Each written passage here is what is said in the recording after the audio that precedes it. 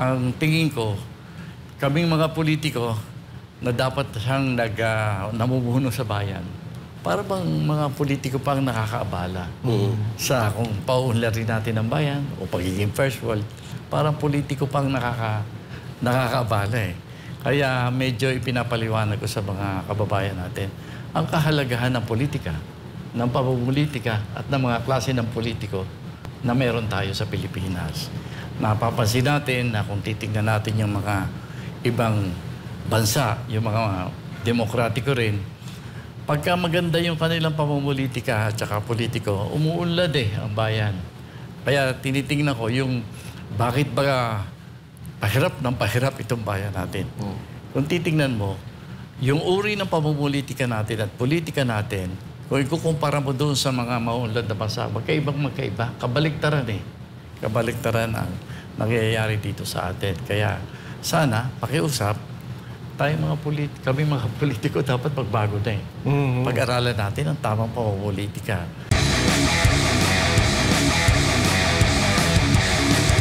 Ang tanong ko dito ngayon, matagal na kayong nagpahinga sa politika. Although tumakbo kayo nitong nakaraan na presidente, kasama ang palad, natalo tayo, pero anong nag-udyok sa inyo na pumasok muli? Tumatakbo muli bilang senador? Alam mo, kapag nakapaglingkod ka na sa gobyerno, maganda naman kasi ako nga halos 10 taon sa isang presidente, nakikita mo yung mga problemang hinaharap ng bayan. No? Ngayon, sa panahon na to, medyo yung pinagpaguran yata namin noon medyo nawawala yung mga gains at saka parang lumulubha pa sa halip na gumanda ang buhay sa bayan natin, medyo lumulubha pa at kaya nakaka-guilty naman, no? Kung may nalalaman ka ng konti, tapos hindi mo ibibigay sa paglilingkod. Kaya medyo kahit kung pwede nga lang, wag na Dahil alam mo, mahaba-haba na nga yung paglilingkod. Pero palagay ko kinakailangan. Kaya ito, susubukan natin. Ayun ang mahirap dyan kasi yung pinaghirapan mo, parang mawawala lang bigla. So, sir, can you be specific sa mga problemang nakikita mo ngayon sa ating bansa? Siyempre, kauna-unahan yung halos lahat ng mga kababayan natin nararamdaman yung corruption. Yun. Sobra na yata pagnanakaw na nangyayari sa gobyerno natin. Sana wag masamain ng mga kababayan natin na medyo may pagka-bulgar yung pagkakasabi natin. No? Pero dumadating na tayo sa ganong level na para bang wala nang kinakatakutan yung mga nagkukorap at nagdadakaw sa gobyerno. Parang malayang-malaya na. Parang baliwala na lang. Baliwala na wala nang kahihiyan in a way. No? Parang wala nang ganun sabi ko, yan ang major na tinitingnan natin dahil lagi nilang sinasabi na hindi pwedeng alisin ang corruption sa gobyerno. Pero hindi naman totoo yan. Okay. Palagay ko kaya naman gawin. Kaya yan. At may dugtong ko lang doon sa corruption. Ano naman po yung, siyempre po tumatakbo kayo bilang senador, ano naman yung batas na may ipapasa nyo bilang senador kung sakaling kayo po ay maluklok bilang senador? Para sa anti-corruption. Alam mo, yung tungkol sa corruption, kanyan mas na palagay ko makakabigay ng solusyon. Hindi lamang sa batas, no? Kundi sa pagpili. Kasi napakalaki ng epekto ng namumuno sa paggawa ng korupsyon. Kapag nakita mo yung nakakatawa sa iyo nakakalusot sa paggawa ng korupsyon, siyempre gagawin mo yan. At total nakakalusot naman di ba? Kaya nagsisimula yan sa pinakamataas. Pag nakita yung nasa pinakamataas pinapayagan o kaya gumagawa din, sunod-sunod na yan hanggang kabababaan. So number 1 yan. No? Kaya behavioral yan No? So quality ng mga napipili nating namumuno sa atin. Walang batas dyan. No? Sa ngayon. No? Liban sa sana kung buo yung ating mga political parties, kasi sa ibang mga mature democracies, yung mga mas magagandang demokrasya sa ibang bansa, yung mga political party ay totoong institusyon para sa politiko yan. At bago nila iharap yung mga leader na gusto nila para sa bayan, medyo sinasala nila sa loob ng partido yan eh. So merong parang screening in the beginning. Dito sa atin walang ganyan. Yan ang number one. Number two naman, sa corruption, kailangan nilinawin natin ng husto yung mga patakaran. Kasi pag malinaw sa taong bayan, ang mga batas, ang mga regulasyon, mas mahirap ang corruption. Kasi dito sa atin, kung minsan may mga regulasyon tayo, mga lawyer lang ang nakakaintindi. So, napipilitan kang either kumuha ng lawyer o magbigay ka para pagaanan ng konti yung pagtakbo ng iyong mga papeles, for example. So, yun. Hindi ako nakakaisip ng masyadong batas dyan eh.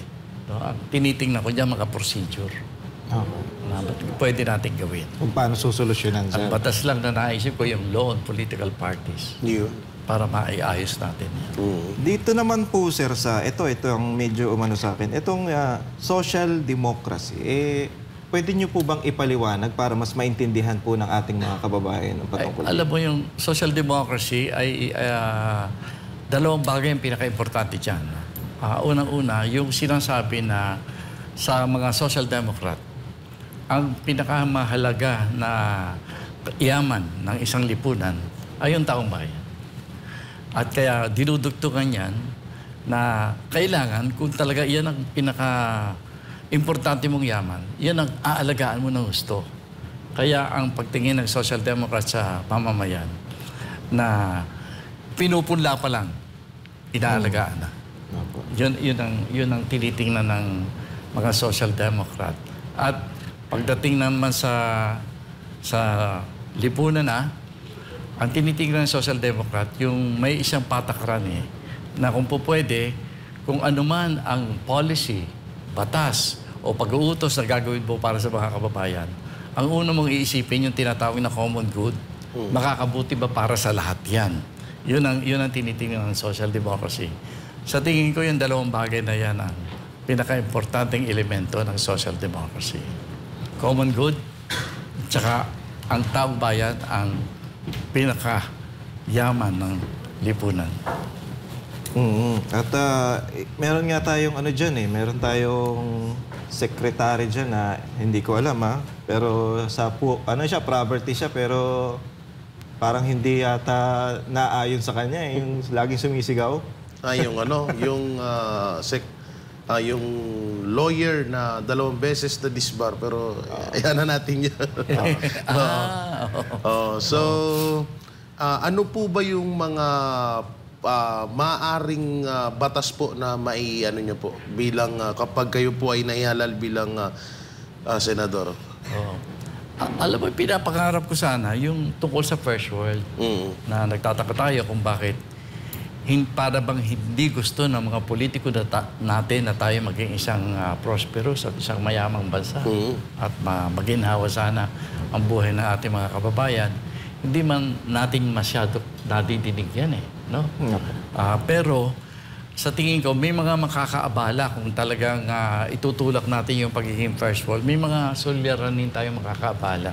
Kaya sa ngayon, kung ako'y umiikot sa mga kababayan natin, 3 bagay ang aking mga pinapaliwanag. Unang-una, ang tingin ko, kaming mga politiko na dapat siyang namumuno sa bayan, para bang mga politiko pang nakakaabala sa kung pauunlarin natin ang bayan o pagiging first world, parang politiko pang nakakaabala Kaya medyo ipinapaliwanag ko sa mga kababayan natin ang kahalagahan ng politika, ng pamumulitika at ng mga klase ng politiko na meron tayo sa Pilipinas. Napapansin natin na kung titignan natin yung mga ibang bansa, yung mga demokratiko rin, pagka maganda yung kanilang pamumulitika at saka politiko, umuunlad ang bayan. Kaya tinitingnan ko yung bakit ba pahirap ng pahirap itong bayan natin.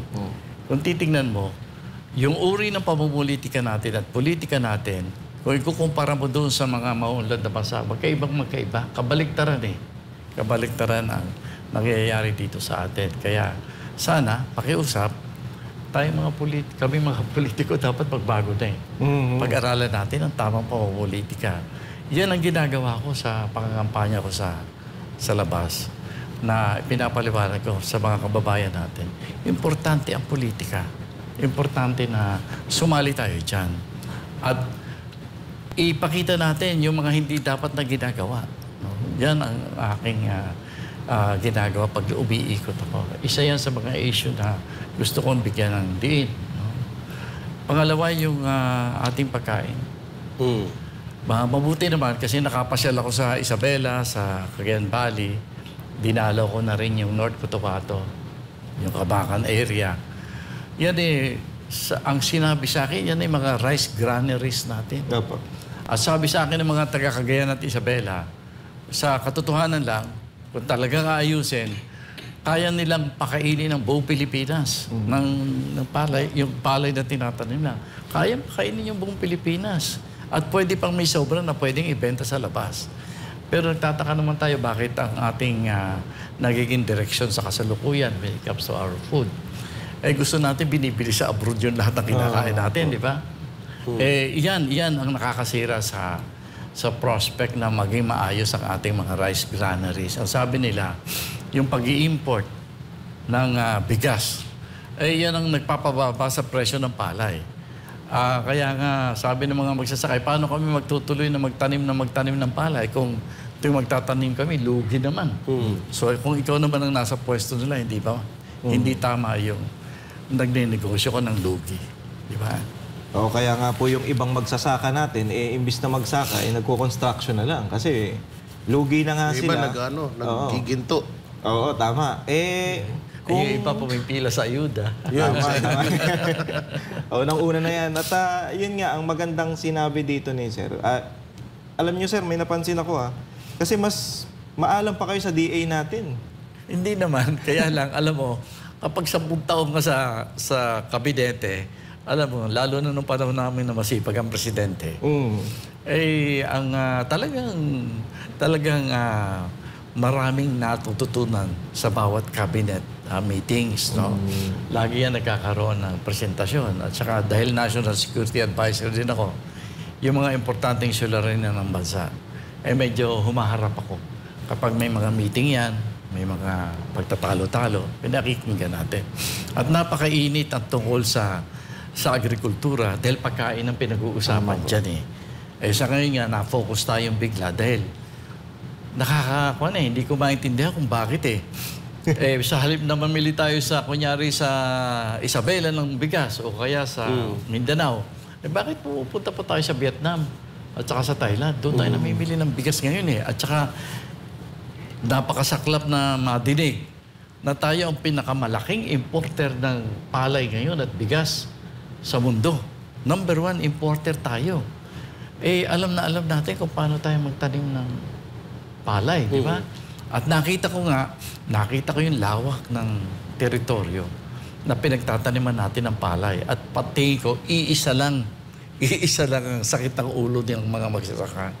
Ang presyo ng palay. At yan ay bumabagsak kasi nga nag-i-import tayo sa labas. Kaya katanungin mo ako anong batas ang gagawin natin dyan. Dapat gumawa tayo ng batas that will guarantee, kailan may garantiya, na yung pagtatanim ng palay ay hindi pa lugi.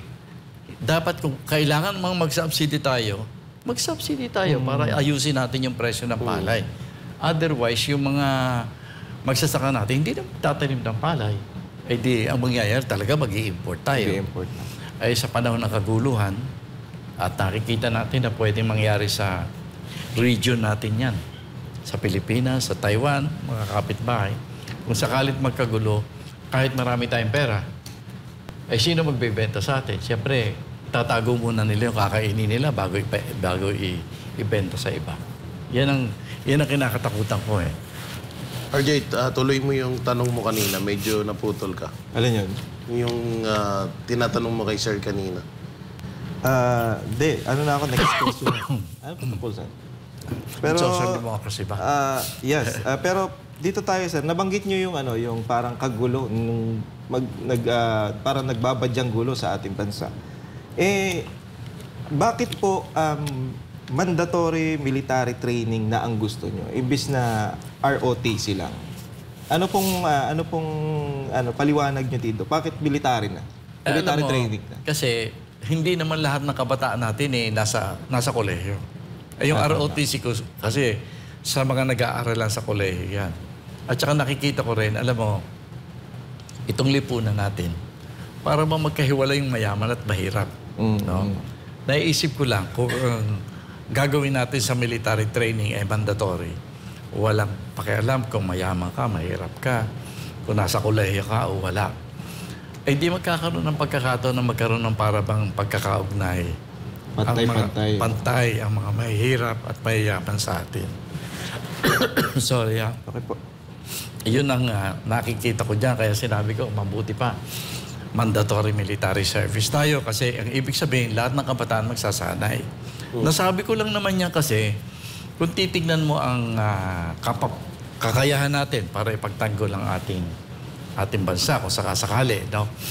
Ano ba ang asset natin talaga? Kakaunti ang armas ng ating armed forces.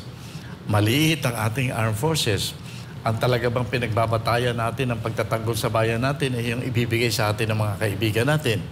Alam mo, kahit pagkabait-bait ng mga bansa na gustong tumulong sa atin, minsan-minsan nag-iisip yan. Tungkol ito sa respeto sa bayan natin. No? Ito mga Pilipino, para bang ang inaasahan na lang yung tulong natin. Ito sasabihin ng mga kaibigan natin dyan. Umaasa na lang. Umaasa na. Ano ba naman, kayo ba naman, kung iwanan namin kayo, anong gagawin nyo? Yan mo, hindi mawawala sa isip yan ng mga kasamahan natin sa pagtatanggol ng area natin. Sabi ko, ano ba? Meron tayo sa ngayon. Malungkot mang sabihin, kasi mahirap tayong bansa, kulang sa armas ang ating armed forces. Ang isa na lang na asset natin, yung sinasabi kong asset na importante sa social democracy, ang ating kabataan.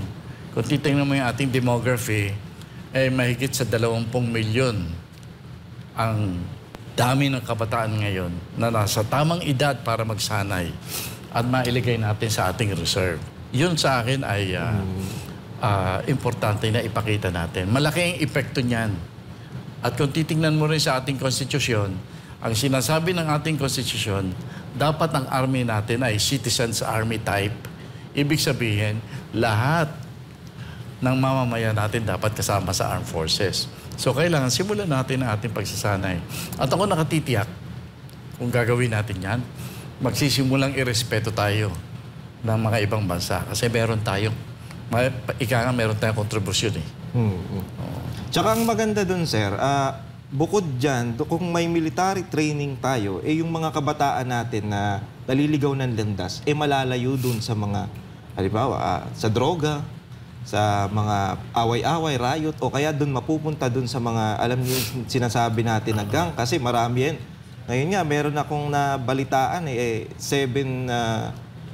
years old, sinasali na sa gang. So, doon pa lang, at least yung mga training na yan, mauumpisahan ng malayo yung mga kabataan natin doon sa mga masasamang gawain.